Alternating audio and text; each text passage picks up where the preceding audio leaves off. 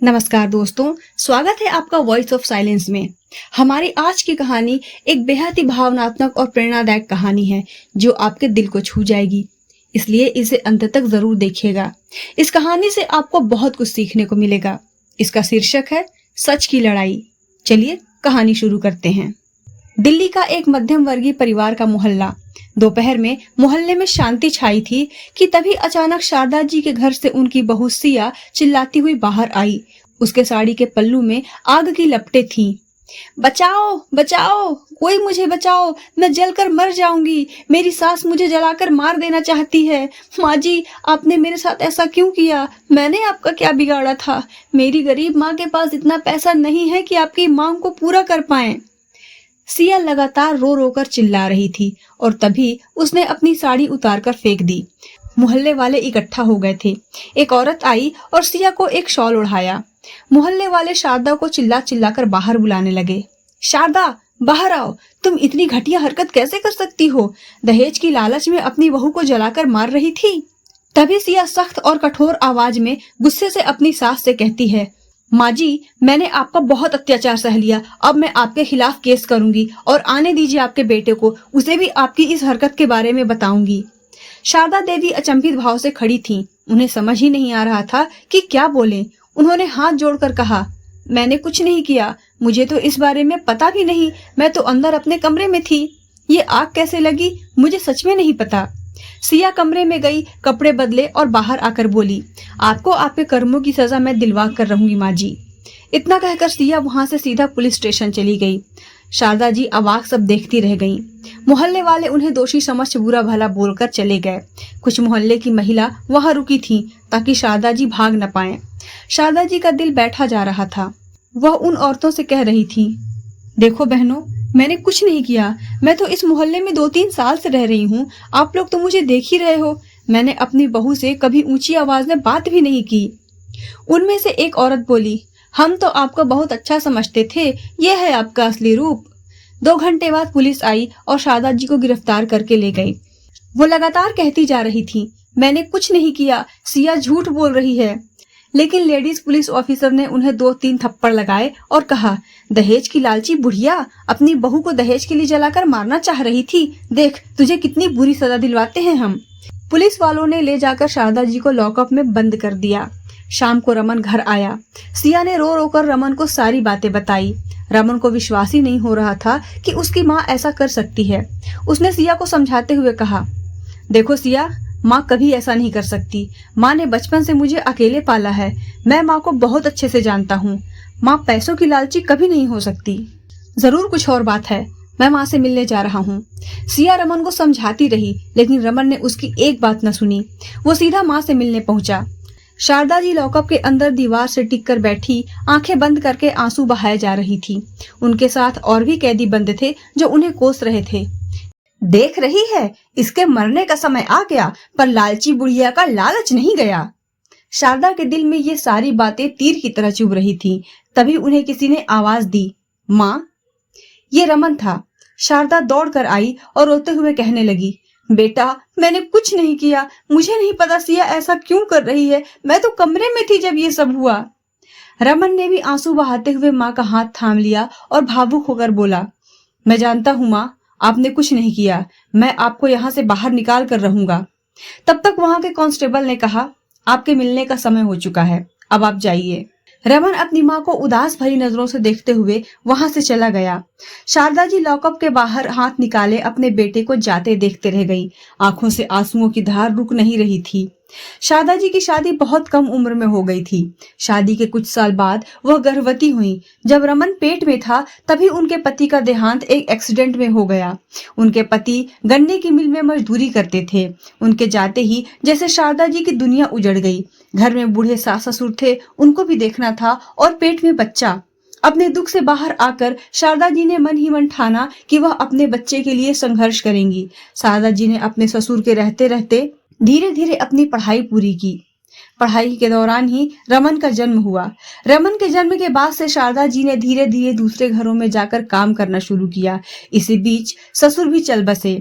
अब उनकी मुश्किलें और भी ज्यादा बढ़ गई। उनके पास एक छोटा सा बच्चा था जिसे उन्हें पालना था। अपने बच्चे को हाथ में लेकर वो घर घर जाकर काम करती और रात में आकर पढ़ाई करती। इतने संघर्षों के बाद उन्होंने अपने बेटे को पढ़ाया लिखाया और काबिल बनाया। आज उनका बेटा एक सरकारी अफसर था, जिसकी उन्हें बहुत खुशी और गुरूर भी था कि उनकी मेहनत और संघर्ष रंग लाई। रमन की नौकरी दिल्ली में लगी थी, इसलिए रमन अपनी माँ को लेकर दिल्ली ही आ गया।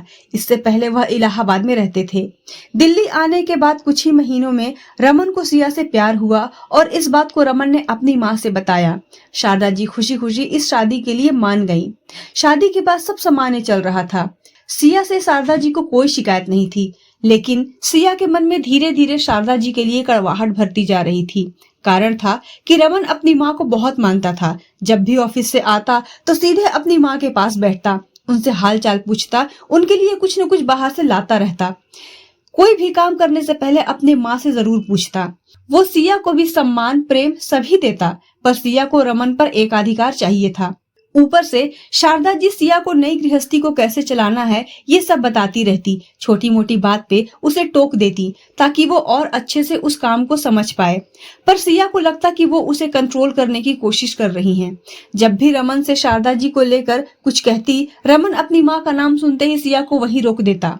रमन कहता, देखो सिया, मैं तुम्हें दुनिया की सारी खुशी देने को तैयार हूँ, लेकिन तुम मेरे और मेरी माँ के बीच आने की बिल्कुल कोशिश मत करो। मेरी माँ मेरे लिए भगवान से बढ़कर हैं। उन्होंने बहुत ही संघर्ष के साथ मुझे पाला है। सिया मन ही मन कुढ़ कर रह जाती। सिया यह सारी बातें अपनी माँ से फोन पर बताते रहती।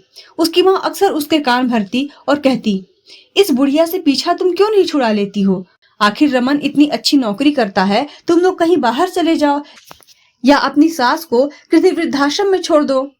सिया रूठे हुए आवाज में जवाब देती, हाँ माँ, मैं तो छोड़ दूं, लेकिन तुम्हारे दामाद ही तो तैयार नहीं होते। एक दिन मैंने उनसे कहा भी था कि माँ दिन भर घर में अकेली रहती हैं, क्यों न उन्हें वृद्धाश्रम छोड़ दिया जाए, लेकिन वह तो मुझ पर ही भड़क गए, हाथ उठाते उठाते रह गए।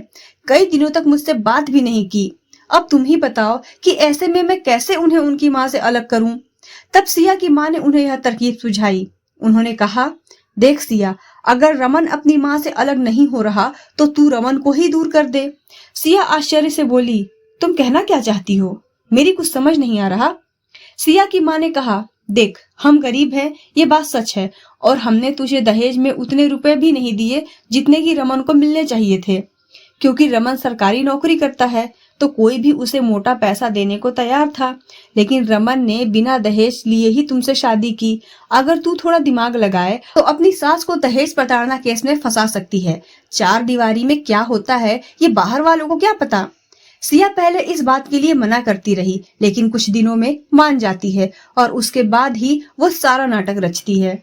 इधर शारदा जी लॉकअप में आंसू बहा रही थी। तभी सिया अपनी माँ के साथ वहां आती है और बोलती है, माँ जी, मैंने आपसे कितनी बार कहा कि आप घर लौट जाइए, प्रयागराज चले जाइए या किसी वृद्धाश्रम ही चले जाइए, लेकिन हमें अपनी जिंदगी जीने दीजिए। लेकिन न आप मानी न आपका बेटा। अब देखिए मैं कैसे आपको आपके बेटे से अलग करती हूँ और आपके आगे की जिंदगी नरक बनाती हूँ।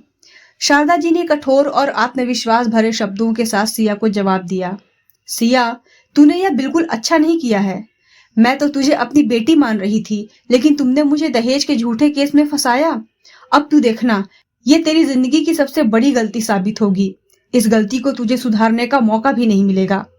सिया कुटिल मुस्कान के साथ शारदा जी को जवाब देती है, देखते हैं माँ जी क्या होता है। वैसे भी मेरा केस बहुत स्ट्रांग है। मोहल्ले वालों ने भी देखा है मुझे जलते हुए, और घर में आपके अलावा कोई और नहीं था। सुना है कोई वकील आपका केस लेने को भी तैयार नहीं हो रहा। आपको उम्र कैद होने से कोई नहीं रोक सकता। और फिर देखिएगा आपके जेल जाते ही मैं कैसे रमन के साथ एक खुशहाल जीवन शुरू करूंगी। शारदा जी ने भी उसी भाषा में उसे जवाब दिया, सिया, वह तो समय ही बताएगा। सच परेशान हो सकता है, लेकिन कभी पराजित नहीं हो सकता। यह बात तुम्हें भी समझ आ जाएगी। सिया वहां से मुस्कुराते हुए चली जाती है, लेकिन शारदा जी मन ही मन संकल्प लेती हैं कि सिया का सच दुनिया के सामने ला कर रहेंगी। इधर रमन वकील की खोज में जुट जाता है। वो कई वकीलों से मिलता है, लेकिन कोई भी वकील इस केस को लड़ने के लिए नहीं मानता। सबका एक ही जवाब होता है, आपका केस बहुत वीक है। ऐसे केस में ससुराल पक्ष का जीतना लगभग नामुमकिन है। रमन परेशान हो गया। अगले दिन रमन अपनी माँ के पास आया और भावुक होकर रोते हुए बोला, माँ, मैंने बहुत सारे वकीलों से बात की, लेकिन कोई भी हमारा केस लेने को तैयार ही नहीं हो रहा। मुझे समझ नहीं आ रहा कि मैं क्या करूं। शारदा जी ने रमन का हाथ पकड़ के विश्वास के साथ कहा, तू चिंता मत कर बेटा, कल हमारे केस की हियरिंग है। मुझे भगवान और कानून पर पूरा भरोसा है। तू देखना, मैं बेगुनाह हूँ और ये बात मैं साबित करके रहूंगी। भले ही हमें वकील नहीं मिल रहा हो, लेकिन कानून मुजरिम को भी हक देता है कि वह अपना पक्ष रख सके, अगर उसे वकील ना मिले तो। इतना कहकर शारदा जी आत्मविश्वास के साथ मुस्कुराती हैं। रमन भी अपनी माँ के आत्मविश्वास पर मुस्कुराता है और कहता है, हाँ माँ, मैं तो भूल ही गया था कि आप आसानी से ये कर सकती हैं। रमन लौट जाता है। रमन ने सिया को घर से भगा दिया था क्योंकि उसे पूरा भरोसा था कि उसकी माँ गलत नहीं है और सिया ने उन पर गलत इल्जाम लगाया है। सिया उसी शहर में अपने मायके आ जाती है। कोर्ट की पहली हियरिंग शुरू होती है। सिया ने एक अच्छा सा वकील हायर किया था अपने केस के लिए, लेकिन शारदा जी के केस के लिए अभी तक कोई वकील नहीं मिला था। जज ने शारदा जी से पूछा, क्या आपके केस के लिए कोई वकील नहीं है? शारदा जी ने बहुत ही सहजता से जवाब दिया, योर ऑनर, वकीलों को लगता है कि मेरा केस इतना कमजोर है कि इस केस को कोई जीत ही नहीं सकता, इसलिए मुझे वकील नहीं मिला। मैं आपसे गुजारिश करना चाहती हूँ कि मुझे अपना केस खुद लड़ने दिया जाए। इस बात का अधिकार मुझे कानून देता है। सिया ने व्यंग्यात्मक मुस्कान के साथ अपनी माँ से धीरे से कहा, अब ये बुढ़िया अपना केस लड़ेगी, कुछ पता भी है इसे? अब इसे भगवान भी नहीं बचा सकते माँ। इतना कहकर दोनों माँ बेटी धीरे से मुस्कुराने लगी। सिया का वकील सुरेंद्र नाथ अपनी दलील पेश करते हैं। वो कहते हैं, योर ऑनर, 25 तारीख की दोपहर में शारदा देवी ने मेरी क्लाइंट सिया पर पेट्रोल डालकर आग लगाने की कोशिश की जब वो रसोई में काम कर रही थी। उन्होंने पीछे से उनके ऊपर पेट्रोल डाला और आग लगा दी। वो तो किस्मत अच्छी रही कि आग सिया के पूरे शरीर पर नहीं लग पाई और सिर्फ साड़ी पर लगी। वो भागकर बाहर गईं और मोहल्ले वालों ने उन्हें बचा लिया, वरना उस दिन मेरी क्लाइंट शायद बच भी नहीं पाती। और इस बात की गवाही के लिए मैं मोहल्ले के कुछ लोगों को इस अदालत में पेश करना चाहता हूँ। जज ने सिया के वकील को इजाजत दी। एक एक करके मोहल्ले के 4 से 5 लोग आए और सब एक ही गवाही दिए। जज साहब, उस दिन दोपहर में सिया अचानक अपने घर से आग की लपटों के साथ बाहर आई। उनके साड़ी पर आग लगी थी और वह बार बार मदद के लिए चिल्ला रही थी और कह रही थी कि उनकी सास ने उन्हें दहेज के लिए मारने की कोशिश की। हम लोगों ने उनकी जान बचाई। अदालत में बैठे सभी लोग शारदा देवी को नफरत की नजर से देखने लगे। सब आपस में बातें बनाने लगे। कितनी दुष्ट औरत है, शक्ल से देखो कितनी मासूम बन रही है, लग रहा है कितनी दुखियारी है, और देखो कितना घिनौना काम की है। सिया के वकील ने सिया को कटघरे में बुलाने की इजाजत मांगी। सिया आंखों में आंसू लिए जाकर कटघरे में खड़ी हुई। सिया के वकील ने पूछा, सिया जी, क्या आप बता सकती हैं कि उस दिन आपके साथ क्या हुआ? सिया आंखों में आंसू लिए अपना पल्लू सर पर रखकर रोते हुए सारी बातें बताने लगी। जज साहब, मैं उस दिन दोपहर का खाना बना रही थी। मैं अपने काम में लगी थी, तभी अचानक से माँ जी पीछे से आई। उन्होंने मेरे ऊपर पेट्रोल डाला और इससे पहले कि मैं कुछ समझ पाती हूँ, उन्होंने माचिस से मेरे ऊपर आग लगा दी। वो तो भगवान की कृपा थी कि आग सिर्फ मेरे कपड़ों पर लगी और मैं दौड़कर बाहर आ गई। और आगे की कहानी तो मोहल्ले वाले ने आपको बता ही दी है। इन्हीं लोगों ने मेरी जान बचाई, नहीं तो आज शायद मैं। इतना कहकर सिया रोने लगी। सिया ने आगे बताया, जज साहब, मेरी सास मुझे हमेशा दहेज के लिए ताने देती। मैं एक गरीब घर की लड़की हूँ। मेरे पापा नहीं हैं, सिर्फ माँ और छोटा भाई है। उसकी इतनी औकात नहीं थी कि वो इन्हें ज्यादा दहेज दे पाए। रमन मुझसे प्यार करता था, इसलिए उसने शादी का दबाव बनाया। बेटे के दबाव में इन्होंने शादी तो कर दी, लेकिन कभी मुझे अपनी बहू के रूप में नहीं अपनाया। अक्सर मुझे ताने मारती कि तेरी माँ ने कुछ नहीं दिया, जाकर 2 लाख अपनी माँ से लेकर आ। तो कभी कहती, जाके सोने की चैन लेकर आ। मेरे बेटे को एक सोने की चैन भी नहीं दी तेरी माँ ने। ये मुझे अक्सर मारने की धमकी भी देती, पर मुझे नहीं पता था कि ये सच में ऐसा करेंगी। इतना कहकर सिया वहीं फूट फूट कर रोने लगी। जज ने सिया को वापस जाने को कहा और शारदा देवी से अपनी दलील पेश करने को कहा। शारदा देवी ने कहा, जज साहब, मैं सिया से कुछ सवाल पूछना चाहती हूँ। जज ने वापस से सिया को कटघरे में बुलाया। शारदा ने सिया से सवाल पूछा, एक बात बताइए, आप कह रही हैं कि मैंने आपके ऊपर पेट्रोल डाला और आग लगा दी। जरा मुझे यह बताइए कि ऐसा कौन सा पेट्रोल होता है जिसको अगर डाला जाए तो आग सिर्फ साड़ी और पल्लू में लगती है, बल्कि पूरे शरीर में नहीं। जज साहब, आप जरा इन्हें ध्यान से देखिए। क्या आपको इनके शरीर में कहीं पर भी जले का कोई निशान दिख रहा है? जबकि पेट्रोल से आग लगाने पर तुरंत पूरे शरीर में फैल जाता है। सिया ने हड़बड़ाते हुए कहा, जब आप पेट्रोल डाल रही थी तो मैं थोड़ा पीछे हट गई, इसलिए पेट्रोल सिर्फ पल्लू में गिर पाया। शारदा जी ने कहा, अभी तो आप कह रही थी कि मैंने पीछे से आपके ऊपर पेट्रोल डाला। सिया कुछ बोल नहीं पाई। शारदा जी ने कहा, खैर, मैं मोहल्ले वालों को बुलाने की इजाजत चाहती हूँ। जज ने इजाजत दी। शारदा जी ने उनसे पूछा, ये बताइए, जब सिया आग की लपटों के साथ बाहर आई तो क्या आप लोगों ने सिया के शरीर में साड़ी के पल्लू के अलावा कहीं पर भी पेट्रोल देखा? क्या सिया के बाल पेट्रोल से गीले दिख रहे थे? सिया का शरीर कहीं से भी जलता हुआ दिख रहा था? मोहल्ले वालों ने कहा, नहीं, शरीर तो हमें कहीं से भी गीला और जला नहीं दिख रहा था, आग सिर्फ पल्लू में ही लगी थी। शारदा जी ने कहा, अब आप खुद बताइए जज साहब कि मैंने उसके ऊपर पूरा पेट्रोल डाल दिया और आग लगा दी, और ऐसे आग लगा कि सिर्फ पल्लू जला, शरीर नहीं। दूसरी बात, ये मैं अपने कुछ मेडिकल रिपोर्ट्स आपको दिखाना चाहती हूँ। मेरे एक हाथ में एक बीमारी है जिससे मेरा एक हाथ अक्सर कांपते रहता है। तो जैसा कि सिया बता रही है कि मैंने उस पर पेट्रोल डाला और माचिस से आग लगा दी, तो मैं बताना चाहूंगी कि मेरा हाथ लगातार कांपता रहता है। मैं इतनी जल्दी माचिस जला ही नहीं सकती। दूसरी बात, सिया की उम्र लगभग 30 साल है और मेरी उम्र 65 साल। अगर मैं सिया के ऊपर पेट्रोल डालकर आग लगाने की कोशिश भी करती हूँ तो क्या वो मेरा विरोध नहीं कर पाएगी या चुपचाप खड़ी होकर तमाशा देखेगी?